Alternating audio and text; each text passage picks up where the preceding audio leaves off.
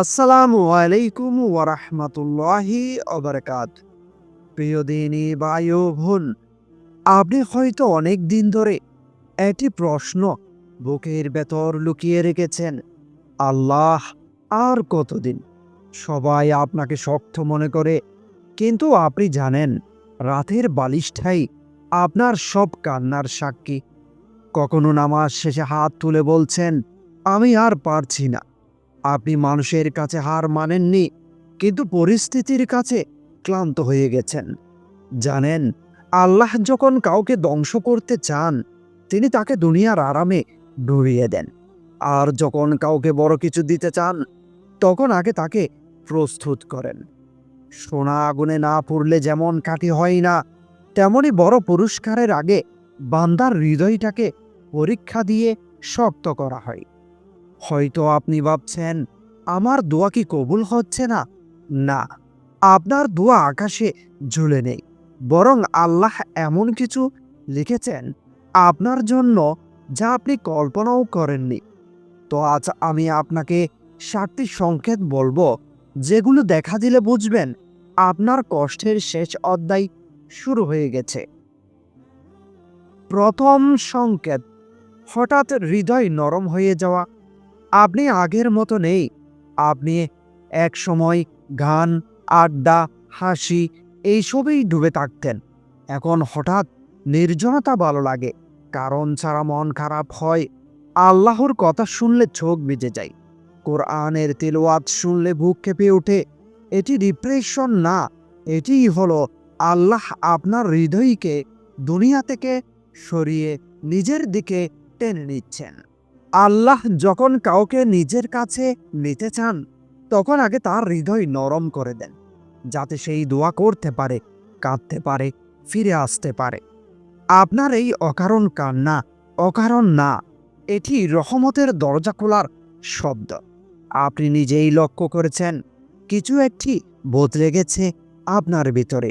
আগে ছোট বিষয়ে খুব রাগ হতো, মানুষের কথাই তর্ক করতে ইচ্ছে করত, নিজেকে প্রমাণ করতে চাইতেন। এখন আর তেমন লাগে না। অনেক কথা শুনেও চুপ থাকেন। আগে যেটি অপমান মনে হতো, এখন সেটিকে পরীক্ষা মনে হয়। কারণ আল্লাহ যখন কাউকে বড় নিয়ামত দিতে চান, তিনি আগে তার হৃদয়কে প্রশিক্ষণ দেন। তিনি আপনাকে দুর্বল করছেন না, তিনি আপনাকে পরিণত করছেন। যে হৃদয়ে পুরস্কার ধারণ করবে, সেই হৃদয়কে আগে নরম হতে হয়। তাই আপনি বদলে যাচ্ছেন। মানুষ ভাবছে আপনি ঠান্ডা হয়ে গেছেন, আসলে আপনি আল্লাহর দিকে চলে যাচ্ছেন। দ্বিতীয় সংকেত, দুনিয়ার জিনিসে আর তৃপ্তি না পাওয়া। যেই জিনিস পেতে আপনি একসময় পাগল ছিলেন, আজ তা পেয়েও শান্তি পাচ্ছেন না। ফোন আছে, মানুষ আছে, সুযোগও আছে, তবুও বুক খালি লাগে। কারণ আল্লাহ জানেন, এই দুনিয়ার কিছু দিয়ে আপনাকে সন্তুষ্ট করলে আপনি তাকে ভুলে যাবেন। তাই তিনি দুনিয়ার আনন্দগুলো থেকে আপনাকে বঞ্চিত করছেন না, বরং আপনাকে বড় কিছুর জন্য বাঁচিয়ে রাখছেন। তিনি চাইছেন আপনি বুঝুন, আপনার শান্তি কোনো মানুষের না, কোনো জিনিসেই না, শুধু তারই কাছে। এটি শান্তি না, এটি নির্বাচন। আপনি কি খেয়াল করেছেন, আগে একা থাকতে ভয় লাগতো, এখন একা থাকলেই শান্তি লাগে। অনেক মানুষের মাঝে থাকলেও ক্লান্ত হয়ে যান, কিন্তু সেজদায় গেলে বুকটা হালকা লাগে। এটি একাকিত্ব না, এটি হলো আল্লাহ আপনাকে নিজের সাথে সময় কাটাতে ডাকছেন। তিনি আপনাকে মানুষ থেকে সরাচ্ছেন, যাতে আপনি তার সাথে কথা বলতে শেখেন। কারণ বড় নিয়ামত আসার আগে বান্দা ও রবের সম্পর্ক শক্ত হয়। আপনি এখন মানুষের কাছে কম বলেন, কিন্তু আল্লাহর কাছে বেশি বলেন। এই পরিবর্তনটা খুবই সাধারণ না, এটি রহমতের প্রস্তুতি। তৃতীয় সংকেত, একের পর এক পরীক্ষা আসা। আপনি কি খেয়াল করেছেন, একটা সমস্যা শেষ না হতেই আরেকটা আসে। মানুষ বদলে যায়, বিশ্বাস ভেঙে যায়, পরিকল্পনাও ভেঙে পড়ে। আপনি ভাবেন, কেন আমার সাথেই? কারণ আল্লাহ সাধারণ বান্দাকে এভাবে পরীক্ষা করেন না। যাকে তিনি উঁচু মর্যাদা দিতে চান, তার ধৈর্যকে বড় করেন। প্রতিটা ধৈর্য আপনার ভবিষ্যতে সুখের দাম। আজ আপনি যা হারাচ্ছেন, কাল সেটাই আপনাকে এমন জায়গায় নিয়ে যাবে যেখানে দাঁড়িয়ে আপনি বলবেন, আলহামদুলিল্লাহ, অপেক্ষাটা সার্থক ছিল। আপনি অনেক পরিকল্পনা করেছিলেন, হয়তো একটা সম্পর্ক, একটা কাজ, একটা স্বপ্ন, সব প্রায় ঠিক হয়ে গিয়েছিল। তারপর হঠাৎ ভেঙে গেল। আপনি ভেবেছিলেন সবই শেষ, কিন্তু সত্যিটা হলো সব শেষ হয়নি, ভুল রাস্তা শেষ হয়েছে। অনেক সময় আমরা যা চাই আমাদের জন্য ভালো না। আপনি দরজা খুলতে চেয়েছিলেন, কিন্তু আল্লাহ দরজা বন্ধ করে দিয়েছেন, কারণ আপনি সামনে অন্ধকার দেখেননি, কিন্তু তিনি দেখেছেন।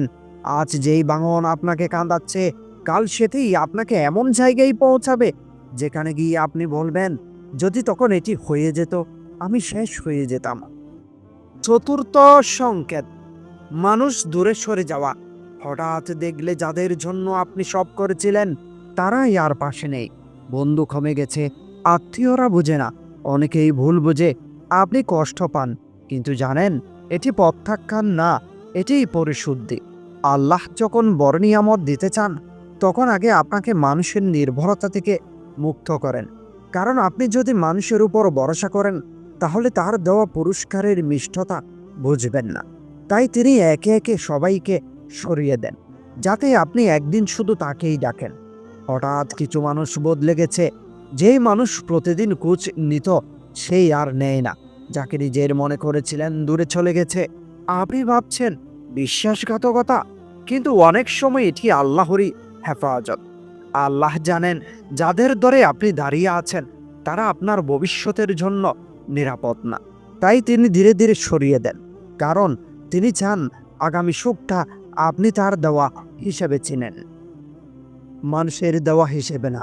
যেদিন আপনি শুধু আল্লাহর উপর ভরসা শিখবেন, সেদিনই বড় পরিবর্তন শুরু হবে। পঞ্চম সংকেত, দোয়া করার প্রবল ইচ্ছা। আগে দোয়া করতে আলসেমি লাগতো, এখন নিজে থেকেই হাত উঠে যায়, রাতে ঘুম ভেঙে যায়, হৃদয়টা আল্লাহকে ডাকতে চাই। এটি কাকতালীয় না, হাদিসে এসেছে আল্লাহ যখন বান্দার দোয়া কবুল করতে চান, তখন তাকে দোয়া করার তৌফিক দেন। মানে আপনাকে ডাকতে তিনি নিজেই আপনাকে জাগাচ্ছেন। আপনি ভাবছেন আপনি আল্লাহকে খুঁজছেন, আসলে আল্লাহ আপনাকে ডাকছেন। আপনি মাঝে মাঝে নিজেও বুঝেন না কেন চোখ ভিজে যাচ্ছে। কেউ কিছু বলেনি, কিছু ঘটেও নি, তবুও বুক ভার লাগে। এই কান্না দুঃখের না, এটি হৃদয়ের পরিশুদ্ধি। যেমন বৃষ্টি হলে আকাশ পরিষ্কার হয়, তেমনি কান্না হলে হৃদয় পরিষ্কার হয়। আল্লাহ আপনার ভেতরে জমে থাকা কষ্ট আপনার চোখের পানিতে বের করে দিচ্ছেন, কারণ নতুন সুখ আসার আগে পুরনো ব্যথা বের হয়ে যেতে হয়। আপনার এই কান্না আল্লাহর কাছে অভিযোগ না, আল্লাহর কাছেই ফিরে আসা। হঠাৎ আসা ফিরে আসা, সব শেষ মনে হচ্ছিল, কিন্তু কোনো কারণ ছাড়াই হঠাৎ মনে হচ্ছে সব ঠিক হয়ে যাবে। পরিস্থিতি একই, সমস্যাও একই, তবুও বুকের ভেতর অদ্ভুত শান্তি। এটাই সাকিনা, আল্লাহর পাঠানো প্রশান্তি। যখন ভবিষ্যতে ভালো কিছু লেখা থাকে, আল্লাহ আগে হৃদয়ে তার কবর পাঠান অনুভূতির মাধ্যমে।